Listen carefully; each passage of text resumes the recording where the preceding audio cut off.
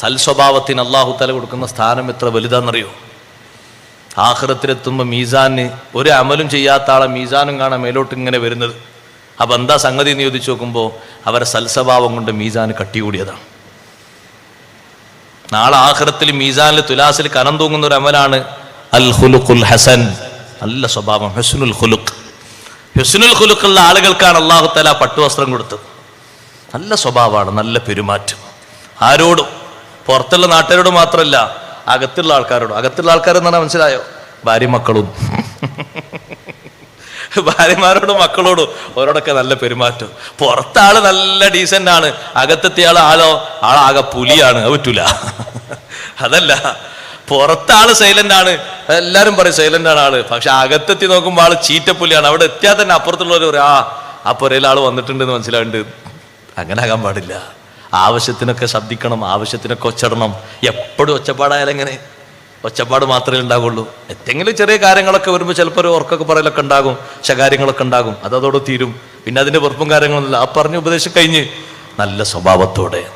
നല്ല സ്വഭാവം എന്ന് പറഞ്ഞാൽ അതിന് പ്രധാനമായും 3 തലങ്ങളാണ് മേളിക്കേണ്ടത് നല്ല സ്വഭാവങ്ങൾക്ക്. അള്ളാഹു നമുക്ക് തൗഫീഖ് തരട്ടെ.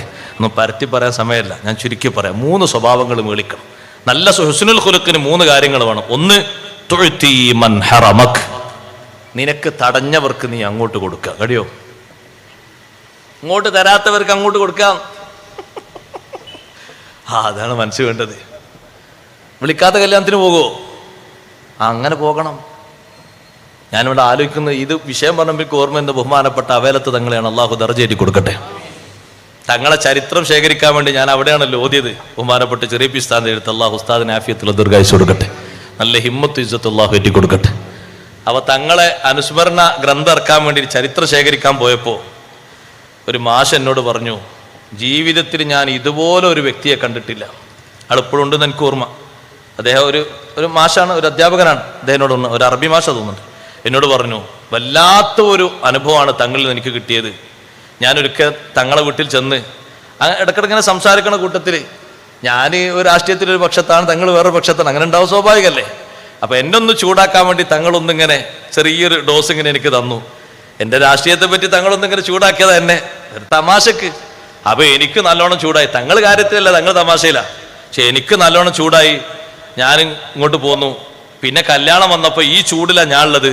ഞാൻ തങ്ങളെ വിളിക്കാൻ വിട്ടുപോയി, വിളിച്ചില്ല. പക്ഷേ കല്യാണം തുടങ്ങുമ്പോൾ 10 മണി ആകുമ്പോഴേക്ക് തങ്ങൾ കല്യാണപ്പുരയിലെത്തി.